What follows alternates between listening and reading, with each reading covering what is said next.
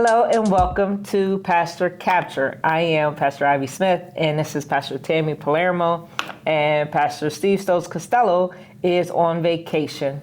Hi, Steve. Somewhere warm. Wah, wah, wah. This week in Menor Church, we have our two services now, and not four services, but in our two services are modern at 9 a.m. and then traditional at 11, and we've started our series on the Gospel according to Peanuts. This book by Robert Short, and the Peanuts are by Charles Schulz. Getting those S's mixed up. He has put together a theological overlay of what each character of the Peanuts kind of represent.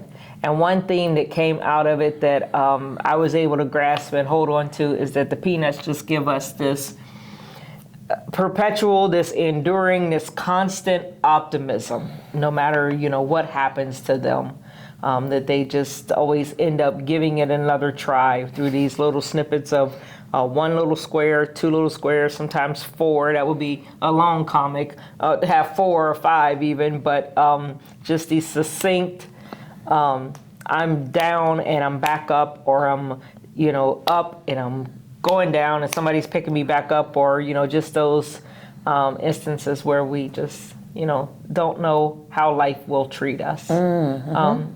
It took some doing to get to understanding the gospel part according to Peanuts. But like I said, and he did a book too on the gospel according to Dr. Seuss. Mm-hmm. And I actually looked at that one too to kind of, juxtapose these, and that one really helped me out in getting with this one. I used that one, the Dr. Seuss one, last summer when we did Seussical the Musical Junior. Seussical, I love that one. And then I like the Charlie Brown we did too, just recently. Yes. And Ben happened to be our Charlie Brown and liturgist. He was liturgist, yeah. I'm like, yes, we got Charlie Brown all over the place. That's right. Speaking of Charlie Brown all over the place, have you looked around the church? There are 20 Charlie Brown. No, Snoopy's. Oh, I'm saying Charlie Brown. I know. Snoopy's. Snoopy. 20 Snoopy images all over the church. How many can you find? I found one on the door to the office walking in that morning. That's right, because it's right there. Okay, there's one right there. And then a couple ladies in the gallery were like, I found 8 and I found 7. And I'm like, okay. They're like, there's one. They start pointing them out. Anyway, find out over the weeks to come. This is a 3-week series. Find out how many you can find and locate around the church. It's just fun to try to see them. And they're not going to move. So if you found them, just add each week to your scavenger hunt of Snoopy's. That's funny. So the Sunday school, they talked about the stars, and they made they used glitter. Shh, don't tell Tony. There was glitter and using in the building. So we continue. Glitter kind of uses us. Just can never get around. I just remember a former custodian. He was never happy when we used glitter.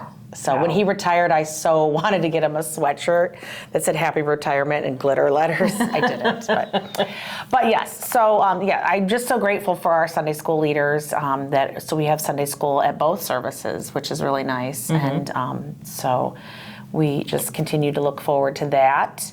And this coming Sunday, yes, I'm going to preach on the Hound of Heaven, who we also know is Snoopy. And we're going to look at the text from the Gospel of Luke. Luke's basically, quote, version of the Beatitudes, and talking about happy. Nice. And rejoicing. And so that is something to look forward to for this particular Sunday coming up. I think that's kind of like what we got going on, and then Pastor Steve will end us up with good grief. I was gonna say this is a pretty fun series.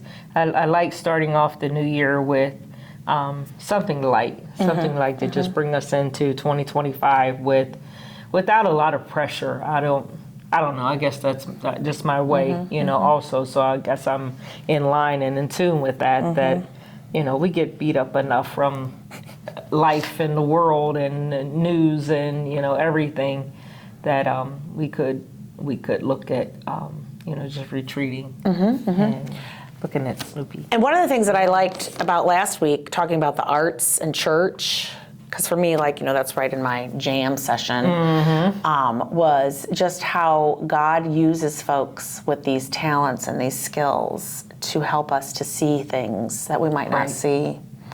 I think that's really cool, especially when my love for musical theater. You hear people all the time say, I'm not creative, I don't know how to make that, I don't know. And then there are people who are creative and they bring that side to us, that a lot of things that we miss, and then say, oh, I like that picture, or I love that song, or I love that sculpture, because they see things in a different way. Yep. Yeah, church and the arts. Well, listen, be here this Sunday at 9 and 11. And if you can't, look online. And if you can't do that at 9 or 11, just try during the week to connect with us in some kind of way, because we like it when you share and subscribe this and pass it on to your friends. Make sure you bring somebody on Sunday when you come as a visitor, and then, make the impact on them that Jesus lives and lives in us. Yeah, through the gospel of the peanuts somehow. Thank you for tuning in and listening to us in Pastor Capture.